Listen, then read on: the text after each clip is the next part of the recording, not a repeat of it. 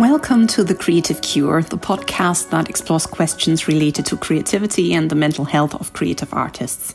Hi everyone, my name is Petra Borzinski. I'm your host. I'm a psychotherapist, former performer and voice coach, and also a writer. And today we will talk about rejection in the creative arts. It's something that we all come across sooner or later. It's really a part of life, especially for creative artists. It could be a bad review, a rejection letter, general lack of appreciation of our art. But rejection really hurts, and it can make us doubt our worth and our abilities. But what's really important to keep in mind is that it's rarely a reflection of our talent or potential. In fact, rejection can be a valuable learning opportunity and a source of motivation and inspiration. And that's why I'd like to explore how we as artists can cope with rejection. We'll also have a look at some common myths around rejection in the creative fields, and we'll look at some ideas and questions to explore. But before I do that, I'd like to invite you to share your personal experiences with rejection of your art, of course, only if that feels comfortable. You can either do that in the comments over at Substack or in our subscriber chat. Both is completely free. And the idea is to just connect with people who've been there. I mean, as you can probably tell from my CV, I certainly have been. I'll put all the links to the Substack and everything that you need to know into the show notes for you. Because rejection obviously can make us feel hurt and isolated and misunderstood, and it can make us doubt ourselves and our abilities. It makes us wonder if anyone really cares about our art or even appreciates our efforts. But what's important to me to point out is that we're not alone in this. We're all part of a community of creative artists who share that type of experience.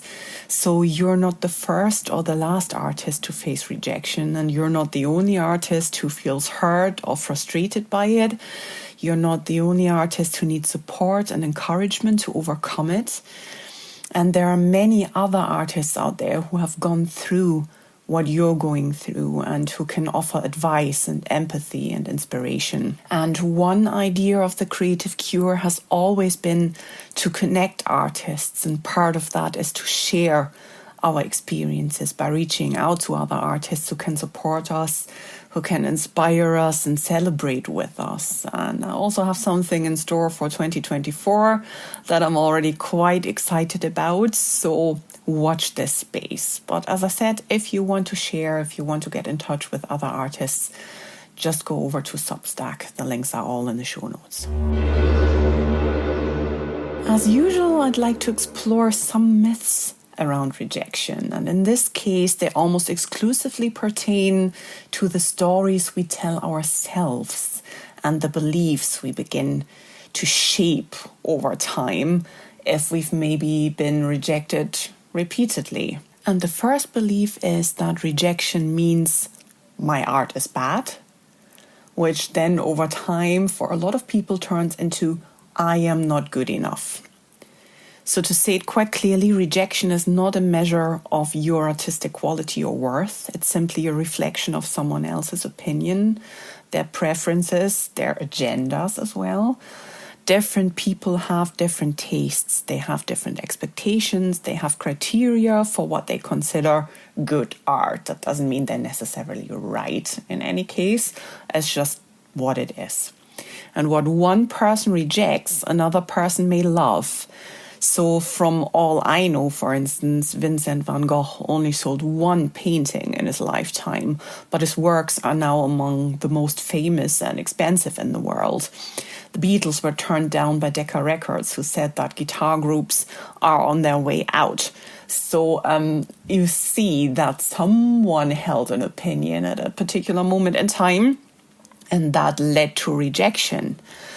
But that doesn't mean that it will always stay that way, obviously, or that even the next person will exactly see it the same way. It's even more harmful, as I already pointed out, when the belief that my art isn't good enough starts to morph into I am not good enough. So again, to say it quite clearly, rejection doesn't mean you're not good enough. And I'm totally aware it can feel like that, especially if rejection happens repeatedly. But at the end of the day, it just means that your work did not fit the expectations or preferences of a specific person or group at a specific time. There are many factors that influence how people perceive and evaluate our work. It could be personal taste. Sometimes it's even mood, and we all know that shouldn't be the case, but it still is. Then there's personal and professional background of the people who assess your art. And I know art assessment is, always something that seems quite wrong in general, because how can you really objectively assess art, right? Everyone has biases there. And people have specific goals. So all these factors are beyond our control, and they do not define our worth or potential as artists. Every successful artist has faced rejection at some point in their career, and that rejection is inevitable in any creative field. Rejection doesn't mean you're not good enough. It only means you're brave enough to put yourself out there with all that entails, and part of that is that people say no. But I totally get also from personal experience, because as I said, I've been there many, many times, that it's hard not to take rejection personally. It's hard to not let us define our art, because obviously we start to think, maybe I should change something. And then we look at it and we go like, but that's not authentically me. And we start to feel quite depressed about it. So I totally understand how difficult that is for every artist. But over time, we can learn to shift the focus, and we'll obviously get to that a bit later in this episode. But let's first have a look at another myth that's quite closely related to this one, and that is that rejection is personal. If we subscribe to the belief that rejection always has a personal element, it's bound to make us feel attacked and defensive. Rejection is usually not about you as a person. It's about your work as a product. And that's tricky in its own right, because obviously when we create art, we don't want to see it as a product in the first place. But at the end of the day, if it is our livelihood, selling our art means our art is a product as well. So we constantly have to straddle, that line essentially, that art is something that is deep and meaningful and personal to us, but that it also becomes a marketable product. So when someone rejects your work, they're not rejecting you as a human being. They're rejecting something that doesn't meet their needs or standards at this moment in time. It doesn't mean that your work is bad or worthless. It just means that it's not suitable for that particular situation or audience. It can feel hard if that happens repeatedly, though, and we'll look at that closer. But it's definitely possible to learn from given feedback and even request it if it wasn't offered, and then to move on to the next opportunity. And the last myth I'd like to get into today is that rejection is final and that it means that we should give up. Rejection is only ever temporary. It's not a permanent verdict on your work or your career. It's a momentary setback that can be overcome, as hard as it may be. Rejection doesn't mean that you should give up on your goals or your dreams. It's an invitation to grow. And whether we take that invitation and whether we're able to take that invitation, that's obviously an entirely different subject. That can be hard at any given moment in our lives, and sometimes it needs a bit of additional work on ourselves as well. Many successful artists have faced countless rejections before they basically achieved their goals, and you're definitely not alone in that. I already mentioned a few. There's others. Stephen King's first novel, Carrie, was rejected by, I think, over 30 publishers before it was finally published. I think Walt Disney was told that he lacked imagination and had absolutely no good ideas. So again, you see how many other people that are even considered quite successful today were in the same boat. And it's absolutely okay to feel momentarily discouraged because it does hurt, but we shouldn't let rejection permanently discourage us from continuing our artistic journey. Instead, we learn to use it as an opportunity to learn from mistakes, improve our skills, try new things. So let's explore our own feelings around rejection a tiny bit. Because when we as artists face rejection, the first instinct is often to engage in some of the thought patterns and beliefs I already described there. Again, they're absolutely understandable, and it's okay to feel deflated for a while, because acknowledging our emotions is actually part of the solution. Rejection can trigger a range of emotions like anger, sadness, frustration, disappointment, you name it. And all of these emotions are natural and they're valid in the moment. And we shouldn't suppress or deny them. Instead, we should allow ourselves to feel them fully, because expressing our emotions can help us to release the tension and the pain that is caused by rejection. We can express our emotion in various ways, such as talking to someone we trust, writing in a journal, channeling them into our art, which keeps us creating. So it's a constructive way of dealing with rejection. So whatever works for you, do it. Acknowledging your emotions can really help you to heal and move through it and move on. How we view rejection can affect how we respond to it. And once you've given your emotions around rejection space, you can gradually begin to reframe your thinking about it in the next step. So what could you learn from it?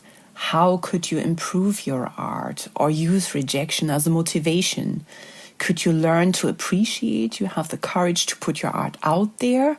Because so many people don't. So many people create art but never share it with an audience. So the vulnerability linked to that is actually a strength. It's not a weakness. But obviously rejection can also make us feel defensive and resistant, and it can make us open and receptive if we learn to cope with it. So seek constructive feedback from people who can help you grow and improve as an artist. What do they like or dislike about your art? And I'd like to expand on the topic of feedback a tiny bit, because it's one of the most helpful ways of becoming more resilient towards criticism and rejection. Our initial feelings usually hover more around the spectrum of that feels challenging and intimidating, and I'd rather not. So the most important first step is to think about what kind of feedback you need and whom you trust. Is it other artists and peers and colleagues? Because they obviously have the experience and knowledge to both appreciate and constructively critique your work. When asking other artists for feedback, be quite specific about what you want to know. Be open to their suggestions and opinions. So don't take them as rejection, because that's not why you asked them in the first place. And it's totally okay to discard some of what they tell you, but use the feedback they give you as fuel for your creative process. It's never a bad thing to learn to see our art through other people's eyes. It keeps our creative process fresh, and it helps building named resilience. Also think about potential audiences or buyers, though, because that's really important if you want to sell your art. Connect with them via social media, your website, blogs, newsletters, whatever it is you want to do. Even better, directly out there in real life if you have the opportunity to do that. So ask them what attracts them to your work, what makes them decide to buy it or not to buy it. The questions you ask will obviously vastly depend on your creative discipline. So trust yourself to come up with helpful questions for your own creative process and for your own art.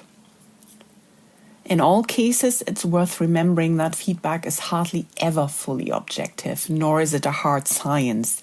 It's ultimately based on someone else's perspective and preference, and just use it as a tool to learn from others, to improve your craft, to express yourself authentically. I personally think that one of the most important things is that you keep on creating and sharing, even if you have been rejected and even if you might not feel like it in the moment. Share regardless of the outcome. Don't let rejection stop you from expressing yourself creatively. It does neither define you nor your art. And I'd like to round off today's exploration with a couple of questions for you. The first one is, how do you actually feel when you face rejection? What thoughts and beliefs are triggered when that happens to you? And how do you cope with them at the moment? What are your strategies? In the next step, what evidence do you have to support or refute your thoughts and beliefs around being rejected? Are there alternative explanations or perspectives? So examine your thinking process around it a tiny bit. Who can you talk to about both your feelings and experiences around rejection? How can they help you to cope and to move forward? And one of the most important questions, what have you accomplished so far as a creative artist? What are you proud of? How can you reward yourself? How can you use rejection as a motivation to create more? And what new projects or goals can you pursue even after having been rejected? And that's it for this week. Over another podcast, which is called Shadow Truths, we look at episode number 4, A Hope in Hell of the Sandman, next week. So that's an exploration of mental health and creativity through story. So if that's something that interests you, have a look at that as well, or have a listen. All the links are in the show notes. And in a fortnight, I'll be back over here with my thoughts about nature as both an inspiration and a source for healing. And up until then, keep on searching for the creative cure.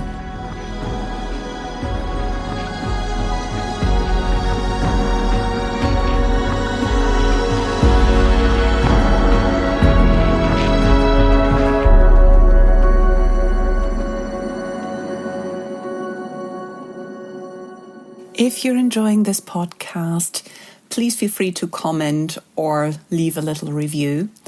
If you'd like to share what you found out or meet other like-minded people, you can do both via our community on Substack, which is completely free. All of that is in the show notes for you. The same applies if you'd like to access all information mentioned in this episode, including links to articles and written transcripts.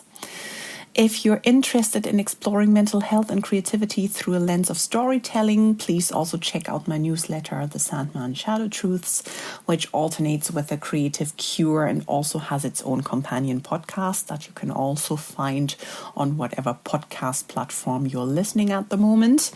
And you can also join my Facebook group or follow me on Twitter or Instagram. All of that is in the show notes for you as well. And to finish off, I'd like to say thank you to Alexei Chistilin of Lex in Music for creating the music for this episode.